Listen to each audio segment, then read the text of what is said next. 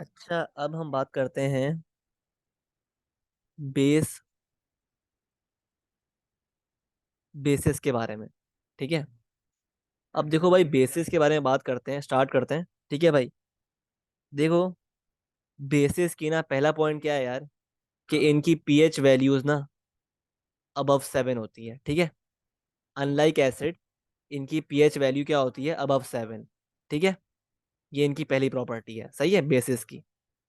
और सेकंड बात करें भाई, अगर तो बेस मेरे पास वाटर सोल्यूबल है ना, बेस वाटर सोल्यूबल है, तो इसको हम नाम देते हैं एक स्पेशल नाम, अल्कली। ठीक है। अगर तो मेरे पास बेस वाटर सोल्यूबल है, इसको हम बोलते हैं अल्कली। ठीक है। सही है। आई होप क्लियर है। बेस होती क्या है? बेस बेसिकली वो सब्सटेंसेस होते हैं, are substances that neutralise an acid. ठीक है। तो अगर मेरे पास एक एसिड है और इसको मैं रिएक्ट करवा दूं विद अ बेस, तो ये बेस क्या करेगा, इस एसिड को न्यूट्रलाइज करके बना देगा सॉल्ट एंड वाटर। ठीक है। तो आप खुद चेक करो, एसिड का पीएच क्या था, लेस देन 7, और बेस था पीएच मोर देन 7। तो सॉल्ट क्या हो गया, पीएच इक्वल टू 7। 7 आपके पास क्या होती है, न्यूट्रल पीएच। तो जब भी हम बोलते हैं कि बेस जो है ना, वो क्या करता है, एसिड को न्यूट्रलाइज कर देता है। क्लियर है। अच्छा, और एक और बात जो याद रखनी है आपको, कि बेसिस ना क्या होते हैं generally, bases are actually are usually oxides and और हाइड्रोक्साइड्स ऑफ मेटल। ऑक्साइड्स और हाइड्रोक्साइड्स ऑफ मेटल। ठीक है। तो अगर आपको बेस को पहचानना है ना, तो क्या निशानी है उसकी, कि वो मेटल के ऑक्साइड्स होंगे या हाइड्रोक्साइड्स होंगे। ठीक है। ये निशानी है एक बेस की। इससे आप जज करोगे भाई कि जो मेरे पास कंपाउंड है वो बेस है या नहीं। ठीक है। और अल्कली क्या होती है? अल्कली बेसिकली एक होता है सॉल्यूबल बेस को हम बोलते हैं अल्कली। ठीक है।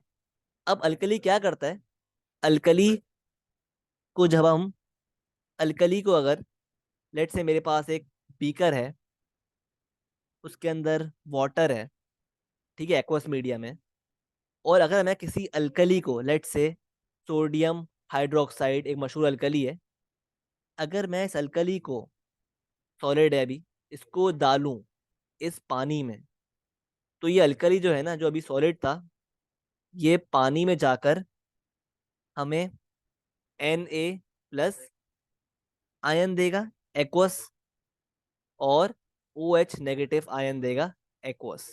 ठीक है। तो आप चेक कर रहे हो, ये अल्कली ने हमें पानी में जाकर Na+ और OH- आयन दिए। तो अल्कली क्या होती है, ऐसा सब्सटेंस जिसको हम जब पानी में डालें तो हमें OH आयन दे, हमें OH आयन दे। ठीक है।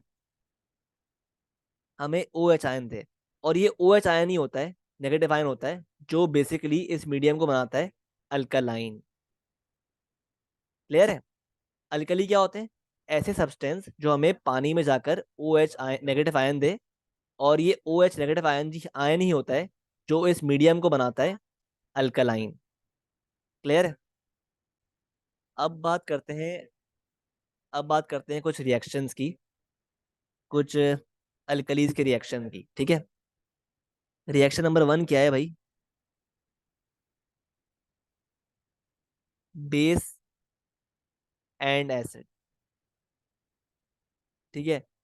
तो ये क्या क्या रिएक्शन है भाई, कि अगर मैं किसी बेस को विद एसिड रिएक्ट करवा दूं, तो क्या बनेगा, पता है आपको, सॉल्ट और वाटर बनेगा। ठीक है। क्यों? क्योंकि ये होता है एक न्यूट्रलाइजेशन न्यूट्रलाइजेशन रिएक्शन, इसको बोलते हैं हम न्यूट्रलाइजेशन रिएक्शन। क्यों? क्योंकि इसमें बेस जो है वो एसिड को क्या कर रहा है, न्यूट्रलाइज कर रहा है to make salt and water. ठीक है। ठीक है, तो कुछ एग्जांपल्स ट्राई करते हैं इस रिएक्शन की। तो लेट्स से मेरे पास, हम ले लेते हैं एसिड, पहले लेते हैं, पहले हम एसिड लेते हैं, लेट्स से HCl।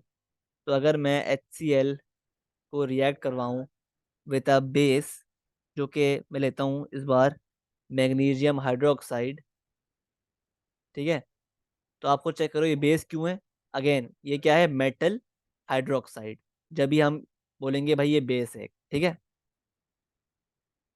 तो हमारे पास एक एसिड आ गया प्लस बेस, क्या आंसर होगा, सॉल्ट प्लस वाटर।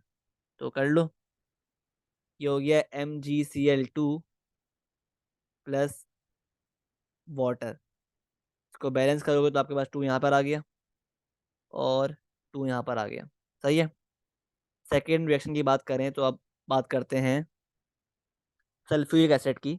अगर हम सल्फ्यूरिक एसिड को H2SO4 को रिएक्ट करवा दें विद मैग्नीशियम ऑक्साइड, तो आपको चेक करो अगेन, ये क्या है, मैग्नीशियम ऑक्साइड, मतलब मेटल ऑक्साइड है ना। तो जब भी ये बेस है, ठीक है, तो अगेन ये एसिड है, ये बेस है, क्या बनेगा, सॉल्ट एंड वाटर। तो ये हो गया मैग्नीशियम सल्फेट प्लस वाटर। ठीक है। इसको बैलेंस करो तो ये ऑलरेडी बैलेंस्ड है। ठीक है। आगे बढ़ते हैं। अब बात करते हैं नाइट्रिक एसिड यानी HNO3 रिएक्शन विथ MgOH2। तो क्या बनेगा इसमें, इसमें अगेन बनेगा हमारे पास मैग्नीशियम नाइट्रेट और वाटर। ठीक है। इसको बैलेंस करो तो आपके पास यहाँ पे 2 आ जाएगा। ठीक है। तो ये एग्जांपल्स हैं the first reaction of base की, acid plus base is equal to salt plus water. आगे बढ़ते हैं, बात करते हैं सेकेंड रिएक्शन की ऑफ बेसिस। तो वो है बेसिकली हमारे पास अल्कलीज एंड अमोनियम सॉल्ट्स का रिएक्शन।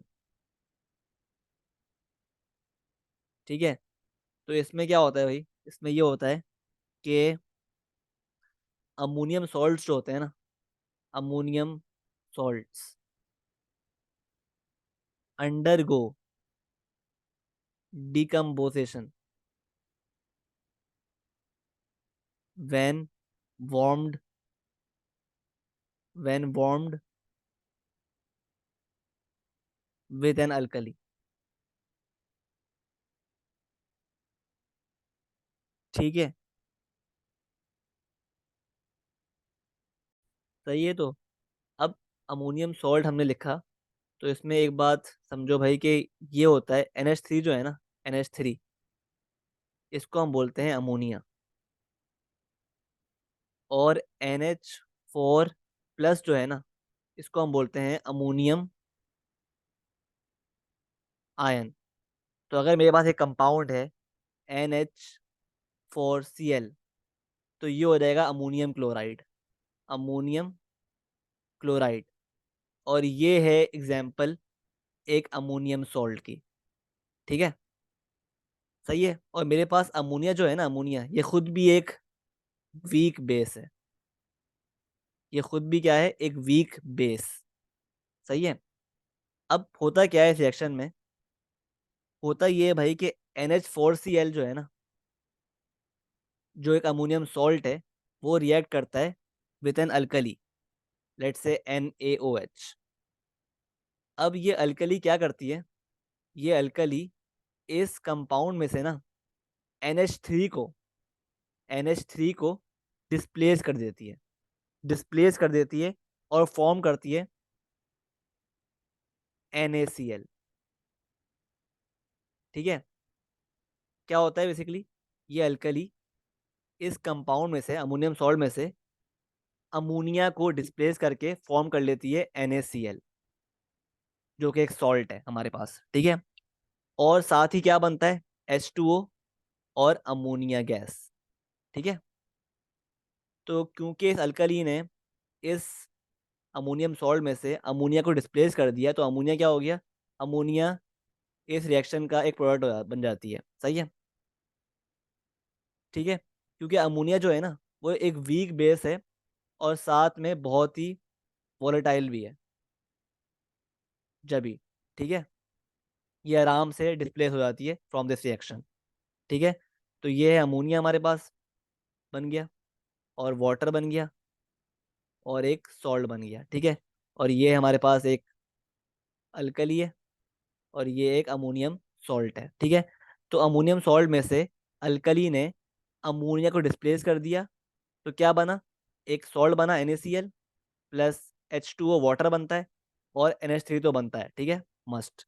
सही है, तो ये होता है reaction of ammonium salt with an alkali. ठीक है, अब ये इस्तेमाल का क्या कहाँ होता है, इसका क्या सिग्निफिकेंस है, वो देख लेते हैं। इसकी सिग्निफिकेंस ये है भाई कि it is used as a chemical test, as a chemical test. ये रिएक्शन जो होता है ना, ये इस्तेमाल होता है as a chemical test to confirm the presence of the ammonium ion जो कि हमारे पास है NH4 प्लस। तो ये क्या करता है, ये टेस्ट बेसिकली अमोनियम आयन की प्रेजेंस को चेक करता है इन इन द अमोनियम सॉल्ट। ठीक है, तो उसके लिए उस टेस्ट इसलिए इस्तेमाल होता है ये रिएक्शन। ठीक है, तो ऑब्वियसली इस रिएक्शन में हमारे पास अमोनिया बनती है। अगर अमोनिया बनता है ना रिएक्शन में, तो हम कहते हैं भाई कि अमोनियम आयन जो है ना, वो प्रेजेंट है उस कंपाउंड में, इस कंपाउंड में अमोनियम आयन प्रेजेंट है। अगर अमोनिया नहीं निकल ली, तो मतलब हमारा टेस्ट जो है वो नेगेटिव आ रहा है, आंसर नेगेटिव आ रहा है, अमोनिया प्रेजेंट नहीं है और अमोनियम आयन इस कंपाउंड में प्रेजेंट नहीं है। ठीक है, अगर अमोनिया बन रहा है, मतलब टेस्ट रिजल्ट पॉजिटिव आ रहा है, तो हम बोलेंगे भाई कि इस कंपाउंड में, कंपाउंड एक्स में हमारे पास अमोनियम आयन मौजूद है। ठीक है, और किस तरह हम टेस्ट करते हैं भाई अमोनिया गैस के लिए, तो हम अमोनिया गैस के लिए ना, हमें पता है भाई कि हमें पता है कि हम अमोनिया गैस एक वीक बेस है ना, तो हम इसको टेस्टिंग करते हैं इसकी, हम इसकी टेस्टिंग करते हैं यूजिंग रेड लिटमस पेपर। ठीक है, अगर अमोनिया निकल ली होगी ना, तो ये रेड लिटमस पेपर रेड से ब्लू हो जाएगा। ठीक है, और अगर रेड से ब्लू होगा, तो हम वी कैन से कि भाई कंपाउंड एक्स में हमारे पास अमोनियम आयन मौजूद है, क्योंकि जब भी तो वो अमोनिया बना रहा है प्रोडक्ट में। सही है, तो अगर लेट से मेरे पास एक कंपाउंड एक्स है, वो रिएक्ट कर रहा है विथ NaCl, और प्रोडक्ट में एक ऐसी गैस बन रही है जो कि रेड लिटमस पेपर को ब्लू में कन्वर्ट कर रही है, तो हम क्या बोलेंगे भाई, हम बोलेंगे कि इस कंपाउंड एक्स में ammonium ion NH4 plus present है, क्योंकि यहाँ पे गैस जो बन रही है ना, वो है अमोनिया, क्योंकि अमोनिया ही गैस है जो कि रेड लिटमस पेपर को ब्लू में कन्वर्ट करती है, क्योंकि अमोनिया जो गैस है वो है बेस, एक बेस है। ठीक है, तो इस तरह हम जज करते हैं कि भाई अमोनियम आयन प्रेजेंट है या नहीं। सही है, तो आई होप क्लियर है।